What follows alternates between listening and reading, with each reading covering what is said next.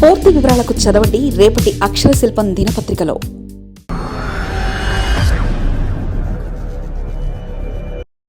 బాబు మళ్ళీ పాత scene repeat. ఆ ప్రాజెక్టులని డ్రీమ్ ప్రాజెక్టులే.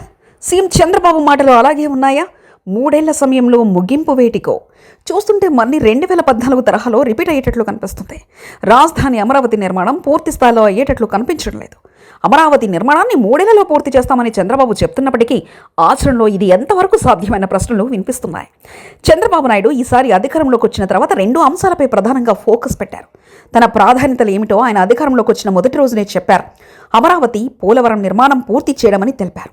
రాజధాని అమరావతి నిర్మాణ పనులు ఇంకా ప్రారంభం కాలేదు. టెండర్లను త్వరలో ఖరారు చేస్తామంటున్నారు. టెండర్లు ఖరారు చేసి పనులు ప్రారంభించే సమయానికి కూటమి ప్రభుత్వం అధికారంలోకి వచ్చి ఏడాది సమయం గడిచిపోతూనే ఉంది. మరోవైపు 2027లో జమిలీ ఎన్నికలకు కేంద్ర ప్రభుత్వం రెడీ అవుతున్నట్లు వార్తలు వస్తున్నాయి. అదే జరిగితే 2027 నాటికి అమరావతి నిర్మాణ పనులు పూర్తి అయ్యే అవకాశాలపై అనేక అనుమానాలు కలుగుతున్నాయి. ఎమ్మెల్యే, ఎమ్మెల్సీ, ఐఏఎస్ క్వార్టర్ల వరకు అయితే పూర్తి అయ్యే అవకాశం ఉంటుంది. అదే సమయంలో నూతన సెక్రటరియట్, కొత్త అసెంబ్లీ, హైకోర్టు భవనాల నిర్మాణం పూర్తి కాకపోవడానికి ఎక్కువ ఛాన్స్ ఉంటుంది. ఇందుకు అనేక కారణాలున్నాయని సొంతపాటి నేతలే చెప్తున్నారు. పోలవరం ప్రాజెక్టు కూడా అంతే. 2027 నాటికి పూర్తి చేస్తామని చెప్తున్న చంద్రబాబు ఎదుట ఎన్నో సవాలున్నాయి. చెప్పక తప్పదు. నిర్వాసితులకు నష్టపరిహారం చెల్లించాలి, వారికి పునరావాసం కల్పించాలి. ఇందుకే కేంద్ర ప్రభుత్వం నుంచి వెంటనే సాయం అందాలి. అందులో గోదావరి నదికి వరదపోటు ఎప్పుడూ ఎక్కువగానే ఉంటుంది. పోలవరం ప్రాజెక్టు పనులు అనుకున్న మేరకు జరిగే అవకాశం మాత్రం లేదు. నీరు పుష్కలంగా ఉన్నప్పుడు పనులు జరిగే అవకాశం లేదు. నిధుల సమస్య కూడా వెంటాడుతూనే ఉంది. జాతీయ ప్రాజెక్టు కావడంతో పోలవరానికి కేంద్ర ప్రభుత్వం నుంచి నిధులు విడుదల కావాల్సి ఉంటుంది. రాను రాను కేంద్రం వడివడిగా నిధులను విడుదల చేస్తుందా అన్న సందేహం కూడా పార్టీ నేతల్లో వ్యక్తమవుతుంది. దీంతో పాటు మరొక ప్రధాన సమస్య ఆంధ్రప్రదేశ్కు అల్పపీడనాలు, వాయుగుండాలు, తుఫానులు.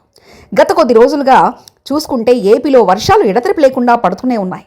వర్షాకాలంలో ఇటు అమరావతి, అటు పోలవరం ప్రాజెక్టు పనులు జరిగే అవకాశం లేదు. భారీ వర్షాలు కురిసినప్పుడు నిర్మాణ పనులు ఆటోమేటిక్గా నిలిచిపోతాయి. చంద్రబాబు అనుకున్న షెడ్యూల్ ప్రకారం జరిగే అవకాశమే లేదు.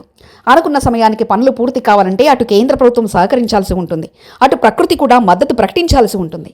ఇన్ని జరిగితేనే చంద్రబాబు అనుకున్న డ్రీమ్ ప్రాజెక్టులు 2 అనుకున్న సమయానికి పూర్తవుతాయి. ఆ రెండింటినీ ఏ ఒకటి సహకరించకపోయినా సరే, వచ్చే ఎన్నికల తర్వాత మాత్రమే ఈ 2 నిర్మాణ పనులు పూర్తవుతాయని నిపుణులు కూడా చెప్తున్నారు.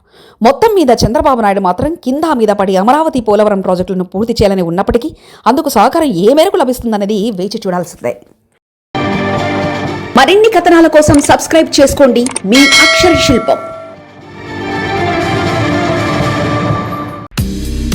పూర్తి వివరాలకు చదవండి రేపటి అక్షర శిల్పం దినపత్రికలో.